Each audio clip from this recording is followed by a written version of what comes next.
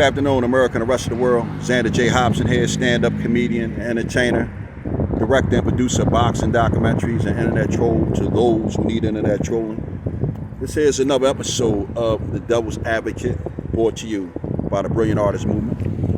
I'm trying to grow the platform, so please subscribe, like this video, share it, and by all means, leave a comment in the comment section because I enjoy exchanging opinions and points of views with you all, as well as checking out the feedback from the videos that I make. So anyway, right, this video is a tribute to my late cousin, Al Russell Harris. Al Russell Harris was actually my cousin by marriage. He was with my cousin Cynthia Kemp for well over 40 years. Al Harris, he was not only a great husband, he was a great guy. Al was a Philadelphia police officer, and he retired as an inspector. He was not only a great guy and a great husband, he was also a great civil servant. Al was also a member of the United States Marine Corps. And what Al did, Al set a good example. But for the sake of this video, right, Al was not just a policeman. Al was a high-valued man, and Al was also a stepfather. Al had stepped into my cousin's life. In fact, I'm going to stop calling him Al. I'm going to call him Sarge because that's what we called him. Because when he first started coming around my cousin some 42 years ago, he was a sergeant in the Philadelphia Police Department. And he saw my cousin, and he fell heads over heels in love with her. And, they were like, peanut butter and jelly from the time the two of them met. But again, Al was not only a high-valued man, he was a stepfather because my cousin Cynthia, she had two sons from previous relationships, my cousins Corey and Yusuf Kemp. Both of them great guys, and they've contributed to society in a manner that is positive, and they got that from not only their mother, but they also got that from their stepfather, Sarge, or Al Harris. And the reason why I'm making this video is because I'm in these YouTube streets, and often enough, if you listen to the rhetoric in these YouTube streets, you will get the impression that black love doesn't exist anymore.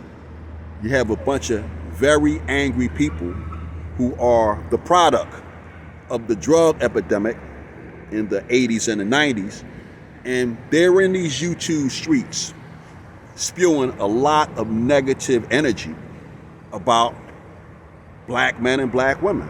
You have a number of black men in these spaces talking real slick and greasy about black women, and you have an equal number of black women in these spaces talking the same slick and greasy stuff. Thus far, from what I've been following, Tommy Sotomayor, his channel has been canceled or taken down, and I just recently learned that Nyla Says, her channel was just taken down.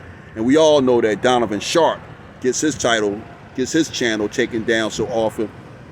Who knows what's going on with these guys? But what I'm saying is, these are the people who have been spreading a lot of hate in the community. And again, if you were to hear them tell it, one would believe that black love no longer exists. And again, as a 54-year-old black man, I stumbled into these spaces during the pandemic, and a lot of the things that I happened upon, it startled me. It made me question whether, black love still existed. And now, at this stage of life, I'm extra vigilant. Whenever I see young couples together, particularly young black couples, I just look at them and smile because it lets me know that these assholes that's in these YouTube spaces talking all of this negative, spreading all of this negativity about the state of love in the black community, it lets me know that they're full of shit. It lets me know that there are a bunch of people who are just on the internet spreading dysfunction. The late Kevin Samuels got on here and he talked about how basically it wasn't a good deal for a man to be a stepfather. And I don't know how I didn't think of Sarge when I was making earlier videos about stepfathers. I did do something at like a response video because everybody was coming down so hard on Dr. Boyce Watkins for being a stepfather.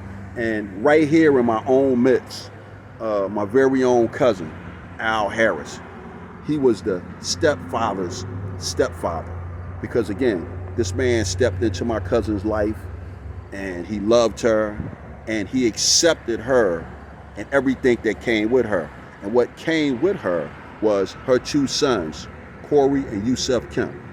And Sarge was a hell of a guy because not only did he accept Cynthia's family, C accepted his family, and Sarge found a way to intertwine both families. So it wasn't like it was a bunch of stepkids. It's like, no, we all family here. We're all brothers and sisters, the end. We don't play that step shit in here. We're all family. And again, this is what love will do, you know, because if you love somebody, you love everything about them, even if they have children, even if they have shortcomings, even if they have a handicap or a disability. So, you know, this is what I felt like talking about. You know, I wanted to give this tribute to Al Harris, Albert Russell Harris, whom we affectionately called Sarge. Al Harris was a Philadelphia policeman. He retired with the rank of inspector. He was also a U.S. Marine veteran, and he was a lot of other great things. But again, at the end of the day, Al Harris was a great man. He was a great husband.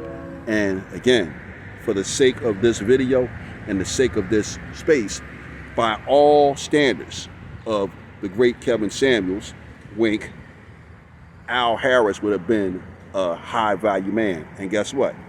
Al Harris was a high value man who raised two stepsons, and he done a great job at it. So with that said, Sarge, I love you, man. Cuz, Cynthia, love you dearly. Yusef, Corey, I love y'all, man. And this has been my tribute to Albert Russell Harris, whom we affectionately call Sarge.